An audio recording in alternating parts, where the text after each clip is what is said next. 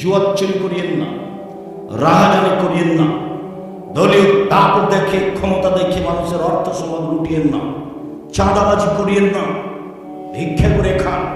চাঁদাবাজি করো কেন বেটা? জাতির জন্য বোঝা হয়ে গেলে কেন?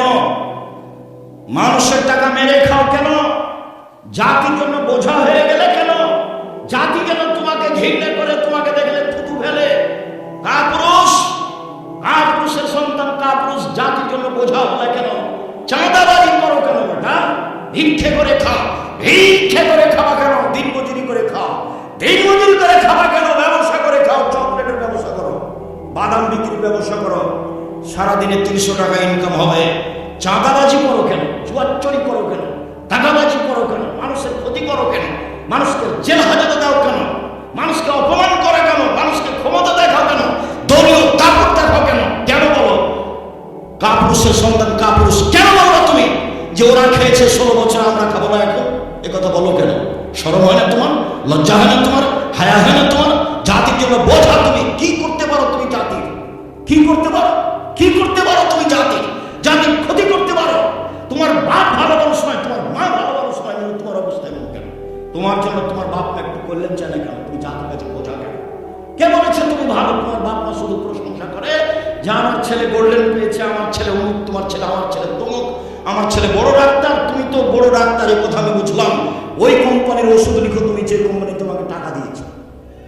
আমি তো বলিনি তোমাকে বড় ডাক্তার, কোনোদিন আমি বলি, আমি তা বলবো কেন? তুমি বড় ইঞ্জিন, তুমি যে চোর। ব্যতিক্রম নেই কথা আমি বলিনি, ব্যতিক্রম ভিন্ন জিনিস। স্বাভাবিক চরিত্র তোমার। ধান খারাপ করে বাঁচার চেষ্টা করো। শুনুন, রাসূল সাল্লাল্লাহু আলাইহি ওয়াসাল্লাম বললেন, তখন বাম দিকে লক্ষ্য করবে, পুরো কর্ম দেখতে পাবে যা করেছে। এরপরে সামনের দিকে লক্ষ্য করবে, তখন দেখবে জাহান্নাম। আল্লাহ নবী বলছেন, এখন আল্লাহ রাসূল বলছেন, পৃথিবীর মানুষ শোনো, ফাত্তাকুল্লাহ ওয়া বিশিক্কি তামারাতিন।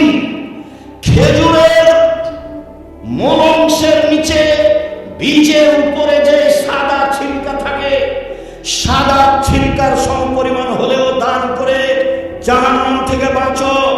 পৃথিবীর মানুষ অল্প থেকে অল্প হলেও দান করে জাহান্নাম থেকে বাঁচো।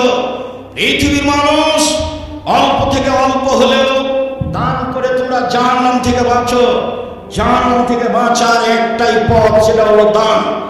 সরাসরি জান্নাত কেনার একটাই পথ, সেটা হলো দান। রাসূল সাল্লাল্লাহু আলাইহি সাল্লাম বলেন, ইয়া মাশারান নিসা তাসাদ্দাকনা ফাইনি উরিতুকুন্না আকসারা আহলিন নারে। মহিলারা শোনো, আমি তোমাদের অধিকাংশই দেখি জাহান্নামে। জাহান্নাম বলতে নারী আর নারী, জাহান্নাম বলতে নারী আর নারী, জাহান্নাম বলতে মহিলা আর মহিলা। পৃথিবীর মহিলারা শোনো, তোমরা দান করে জাহান্নাম থেকে বাঁচো। পৃথিবীর মহিলারা শোনো, তোমরা দান করে জাহান্নাম থেকে বাঁচো। এরকম পরিস্থিতিতে আল্লাহর নবী বলেননি তোমরা হজ করে জাহান্নাম থেকে বাঁচো। এরকম পরিস্থিতিতে আল্লাহ নবী বলেননি তোমরা রাতে তাহাজ্জুদ পড়ে জাহান্নাম থেকে বাঁচো। এরকম পরিস্থিতি আল্লাহ রাসূল বলেননি যে তোমরা সিয়াম রোজা থেকে জাহান্নাম থেকে বাঁচো। তিনি এরকম পরিস্থিতিতে বলেছেন, পৃথিবীর মহিলারা তোমরা দান করে জাহান্নাম থেকে বাঁচো। পৃথিবীর মানুষ তোমরা সামান্য থেকে সামান্য, কম থেকে কম, অল্প থেকে অল্প হলেও দান করে জাহান্নাম থেকে বাঁচো। এই কথা মুহাম্মদ সাল্লাল্লাহু আলাইহি সাল্লাম বলেন। সম্মানিত দিনী ভাই বোন, আব্দুল্লাহ ইবনে মাসউদের স্ত্রী জায়না তিনি বলছেন, আল্লাহ নবী বললেন, শোনো মহিলারা, তোমরা জাহান্নাম থেকে বাঁচো, তোমরা জাহান্নাম থেকে বাঁচো। ওয়াইন মিন হুরিকুন্না, গায়ের গয়না দান করে হলে, যদি টাকা নাই থাকে, পরিবেশ পরিস্থিতি যদি অনুকূলে না হয়, তাহলে কানে যে দুল আছে, গলায় যে মালা আছে, হাতে যে আংটি আছে, গায়ে যা কিছু গয়না আছে, সব দান করে দিয়ে তোমরা জাহান্নাম থেকে বাঁচো। এই কথা মুহাম্মদ সাল্লাল্লাহু আলাইহি ওয়াসাল্লাম বলেন। সম্মানিত দিনী ভাই, আয়েশা রাদিয়াল্লাহু তাআলা আনহা বলেন, ইন্না ইমরাতান কালাত, একজন মহিলা বলল, আল্লাহর নবী, ইন্না উম্মি মাতাত, ইন্না উম্মি মাতাত ওয়ালা তুসি,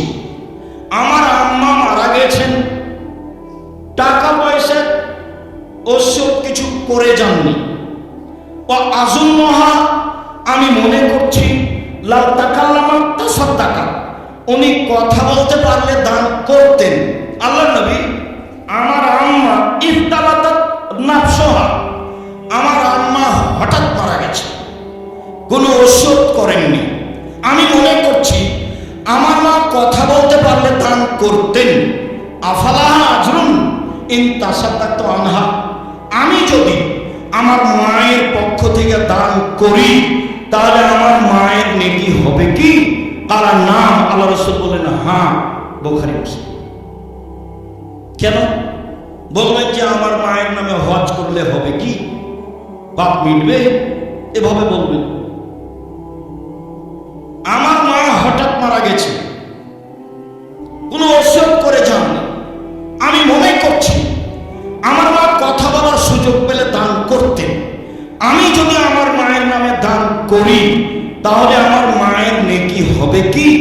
তার নাম, আল্লাহ রাসূল বলেন হ্যাঁ। শুনুন, আবু হুরায়রা রাদিয়াল্লাহু তাআলা আনহু বলেন, একজন লোক আমার নবীকে বলল, ইন্না আবি মাতা ওয়া তারাকা মালান আলাম ইউসি, আমার আব্বা মারা গেছেন, অর্থ সম্পদ ছেড়ে গেছেন, কোনো ওসিয়ত করেননি। ফাম ইউকাফিরু আনহু ইন তাসাদ্দাকতু আনহু, আমি যদি আমার বাপের নামে দান করি তাহলে আমার বাপের পাপ মিটে যাবে কি? এবার হুবহু হাদিস মুসলিম। আমার পিতার নামে যদি দান করি আমার পিতার পাপ মিটে যাবে কি? কারণ আল্লাহ রাসূল বলেন হ্যাঁ, হাদিস মুসলিম। মানে ক্ষমতা। বাপ মায়ের দান করেন একটু খালে সমুদ্রে, শাস্তি কবরের বন্ধ হবে, হতে হবে। বাপ মা জমি জায়গা ছেড়ে গেছেন, অর্থ সম্পদ ছেড়ে গেছেন, আরে কিছু না করে গেলে একটু বিদ্বেষী তোমাদেরকে তো মানুষ করে রেখে গেছে। তো বাপ মা কিছুই করে না যায়, আদর যত্ন করে লালন পালন করে গেছেন, এইটুকু তো আছে। সেটুকুর আপনি প্রতিদান কি দিবেন? সেটুকু প্রতিদানে রাসূল সাল্লাল্লাহু আলাইহি ওয়াসাল্লাম যা বললেন তা মূল্যায়ন করেন। রাসূল সাল্লাল্লাহু আলাইহি ওয়াসাল্লাম বললেন না সাদকাতু বুরহান, দান হলো দলিল। পৃথিবীর মানুষ শুনে রেখো, দান হলো দলিল। বিচারের মাঝে আপনি বলবেন আমি জান্নাত পাবো, আল্লাহ যদি বলেন কেন, তাহলে আপনি বলবেন আমি যে জান্নাত পাবো তার প্রমাণ আছে আমার কাছে, আমার কাছে দলিলাদিল্লা আছে। এই জমি আমার, প্রমাণ এই যে দলিল। এই বাড়ি আমার, প্রমাণ এই যে দলিল। বিচারের মাঠে আমি বলবো জান্নাত আমি পাবো, প্রমাণ এই যে দলিল। হজকে তিনি দলিল বলেননি, সালাতকে তিনি দলিল বলেননি, সিয়ামকে তিনি দলিল বলেননি, কোরআন তেলাওয়াতকে তিনি দলিল বলেননি, তাসবিহ তাহলিল জিকির আজকারকে তিনি দলিল বলেননি। তিনি বলছেন দানই হচ্ছে দলিল। হাদিস বুখারী মুসলিম। সম্মানিত দিনী ভাই বোন, অবশ্য আমি আপনাকে সঠিকটা বোঝানোর চেষ্টা করেছি যে দান হচ্ছে দলিল। পরকালে জাহান্নাম থেকে বাঁচার ব্যতিক্রম মাধ্যম হলো দান। বাপের পাপ মেটানোর, মায়ের পাপ মেটানোর মাধ্যম হলো দান। কবরের শাস্তি বন্ধ করে দেওয়ার মাধ্যম হলো দান। মহিলা মানুষ জাহান্নামে যাবে, এটাই স্বাভাবিক। বেশিরভাগ নারী জাহান্নামে যাবে। তারা যদি নিজেদেরকে জাহান্নাম থেকে বাঁচাতে চায় তাহলে দান করতে হবে। শেষ পর্যন্ত রাসূল সাল্লাল্লাহু আলাইহি ওয়াসাল্লাম নিচে নামতে লাগলেন। নামতে নামতে বললেন, শোনো মহিলারা, তোমাদের কাছে টাকা পয়সা না থাকলে সাজগোজের জন্য যা রেখেছো তা দান করে দাও। কানে যা আছে, গলায় যা আছে, হাতে যা আছে, কোমরে বাহুতে যা আছে সব দিয়ে দাও। এ কথা আমি বলিনি, এ কথা মুহাম্মদ সাল্লাল্লাহু আলাইহি ওয়াসাল্লাম বলেছেন। আল্লাহ বলেছেন তোমরা আল্লাহকে ঋণ দাও, দান করো, আমি সেটা দিই। তোমরা দাও, আমি সেটা দিই। আল্লাহ দিয়ে দিবেন মানে আপনার অর্থ সম্পদ বেশি হবে। সম্মানিত দিনী ভাই বোন, আজকের খুতবার শেষ হাদিস এবং আপনার জন্য অতীব সতর্কবাণী, আপনার জন্য অতীব সতর্কবাণী। আবু হুরায়রা রাদিয়াল্লাহু তাআলা আনহু বলেন, রাসূল সাল্লাল্লাহু আলাইহি ওয়াসাল্লাম বলেছেন, মা মিন ইয়াউমিন ইসমু ফিহি বাদ, প্রত্যেকদিন সকালে পুরুষ নারী সকাল করে, প্রত্যেক দিন সকালে পুরুষ নারী সকাল করে, মালাকানি আনজিলানি, তখন দুইজন ফেরেশতা আকাশ থেকে নেমে আসেন। প্রত্যেকদিন সকালে একই ঘটনা। সারা পৃথিবীতে যেখানে যখন সকাল, আমার 10 ঘন্টা আগে, কারো 10 ঘন্টা পরে, পৃথিবীতে যেখানে যখন সকাল, তখন দুইজন ফেরেশতা নেমে আসেন। একজন বলেন আল্লাহুম্মা আতি লিকুল্লি মুনফিকিন খালাফা, আল্লাহ যে যতটুকু দিল তুমি তার ততটুকু পূর্ণ করে দাও। দানে টাকা বাড়েছে, ফেরেশতা বলছেন, হাদিস বুখারী মুসলিম। অপরটা শুনেন, আল্লাহুম্মা আতি লিকুল্লি মুমসিকিন তালাফা, আল্লাহ যে যতটুকু দিল না তুমি তার ততটুকু ধ্বংস করে দাও। নেন এবার, হাদিস বুখারী মুসলিম। ধরেন সালাতের পরে ছেলেরা আপনাদের সামনে আসবে, তখন যদি এখন আপনি এক ভালো অবস্থায় আছেন, কিছু দান করবো, তখন মনটা খাটো হয়ে গেল, শয়তান এখন একটু সরে আছে। যখনই সালাত শুরু হবে তখন শয়তান চলে আসবে, এসে এখন বলবে সালাত শেষে, না না না না এই করতে হবে সেই করতে হবে, টাকাটা আপনি দিলেন না। শয়তান তখন আপনাকে পাগল করছে। ওটা আল্লাহ বলছে যে শয়তান আপনাকে দান করতে দেবে না। ও খেলে বলে যে কমে যাবে, টাকা কমে যাবে, ও এটাই ওয়াদা দেয়, খালি আপনার সাথে ওয়াদা করে, না না না না দেওয়া হবে না, কমে যাবে কমে যাবে কমে যাবে। আল্লাহ বলছেন এভাবে যে শয়তান ওয়াদা করে, এখন আপনি দিলেন না, হাদিস বুখারী মুসলিম, টাকা ওই পরিমাণ ধ্বংস হবে। তা আমাকে জানিয়ে ধ্বংস হবে না আল্লাহ তার নিজের মতো ধ্বংস করবেন? তার নিজের মতো ধ্বংস কিভাবে হতে পারে? বাড়ি যাচ্ছিলেন, হাত পা ভেঙে গেলেন, মেডিকেলে গেলেন, টাকা খরচ হয়ে গেল। কিভাবে হতে পারে? বাড়ি গিয়ে দেখছেন ভাগ দিলে হাত ভেঙে গেছে, মনে বলছেন তাড়াতাড়ি টাকা দিতে হবে, এই সমস্যা যে হলো। কিভাবে হবে? যেটা খেয়ালই ছিল না, এক বন্ধু এসে বলছে চলো আগে খাওয়া দাওয়া করি, তখন তুমি ঠিক খরচ করে দিলেন। এই যে ক্ষতি হবে, ধ্বংস হবেই। হাদিস বুখারী মুসলিম, হতে হবে, এটা সতর্কবাণী। যখন কেউ চাইবে তখন ও ঘোড়ায় চড়ে থাক আর হাতিতে চড়ে থাক, চাইলে দিয়ে দিবেন যা অনুকূলে হয়, তার নাম এইভাবে। আর যদি নিজে থেকে দেন তাহলে পরহেজগার মানুষকে দিতে হবে, বিবেচনা করে দিতে হবে। দিনাজপুরে অনেক প্রতিষ্ঠান আছে, জামিয়া সালাফিয়া আছে। এই দেশে সর্বপ্রথম সবচেয়ে বড় প্রতিষ্ঠান জামিয়া সালাফিয়া, আয়াতনে বড় প্রতিষ্ঠান জামিয়া সালাফিয়া, ছাত্র সংখ্যায় বড় প্রতিষ্ঠান জামিয়া সালাফিয়া, শিক্ষক সংখ্যায় বড় প্রতিষ্ঠান জামিয়া সালাফিয়া, শিরক মুক্ত প্রতিষ্ঠান জামিয়া সালাফিয়া, বিদআত মুক্ত প্রতিষ্ঠান জামিয়া সালাফিয়া, দল মুক্ত প্রতিষ্ঠান জামিয়া সালাফিয়া, সংগঠন মুক্ত প্রতিষ্ঠান জামিয়া সালাফিয়া, হিংসা মুক্ত প্রতিষ্ঠান জামিয়া সালাফিয়া। জাতির ছেলে মেয়েকে শিরক থেকে বাঁচানোর, ঠাকুরের ঘাম থেকে বাঁচানোর এই দেশে ব্যতিক্রম প্রতিষ্ঠান জামিয়া সালাফিয়া। আপনি জীবন বাজি রেখে জামিয়া সালাফিয়াকে যে কোনো মূল্যে মূল্যায়ন করবেন, এটা আমার আন্তরিক দাবি। আমি আব্দুর রাজ্জাক বিন ইউসুফ উত্তরবঙ্গের পুরুষ নারীকে বলে যাই, নেয়ামতকে ভুল বুঝবেন না। জামিয়া সালাফিয়া আপনার আল্লাহর পক্ষ থেকে দেওয়া নেয়ামত, বসে থেকে ভালোবেসে দান করে পরামর্শ দিয়ে যে কোনো মূল্যায়ন করার চেষ্টা করবেন। দেশের ব্যতিক্রম অমূল্য সম্পদ জামিয়া সালাফিয়া। রাসূল সাল্লাল্লাহু আলাইহি ওয়াসাল্লাম বললেন, আল ইয়াদু বিল খায়রুম মিন ইয়াদিস সুফলা, দেওয়া হাত ভালো নেওয়া হাতের চেয়ে, দেওয়া হাত ভালো নেওয়া হাতের চেয়ে। ছেলে মেয়েকে টাকা দিয়ে দান করা শিখাবেন, নিজে দান করতে শিখবেন, মানুষের কাছে হাত পাতবেন না কোনো সময়। সম্মানিত দিনী ভাই বোন, অসহায় ছেলে মেয়ের শিক্ষা প্রতিষ্ঠান জামিয়া সালাফিয়া, বিত্তশালীদের ছেলে মেয়ের শিক্ষা প্রতিষ্ঠান জামিয়া সালাফিয়া, সম্পদশালীদের ছেলে মেয়ের শিক্ষা প্রতিষ্ঠান জামিয়া সালাফিয়া। আমার মনে বড় সাধ, এই দেশের মাটিতে আমি উন্নত মানের প্রতিষ্ঠান গড়বই গড়ব ইনশাআল্লাহ, যেখানে ছেলে মেয়ে বাংলা, ইংরেজি, আরবি উন্নত মানের শিক্ষা অর্জন করে জাতির অন্যায়ের বিরুদ্ধে লড়বে ইনশাআল্লাহ।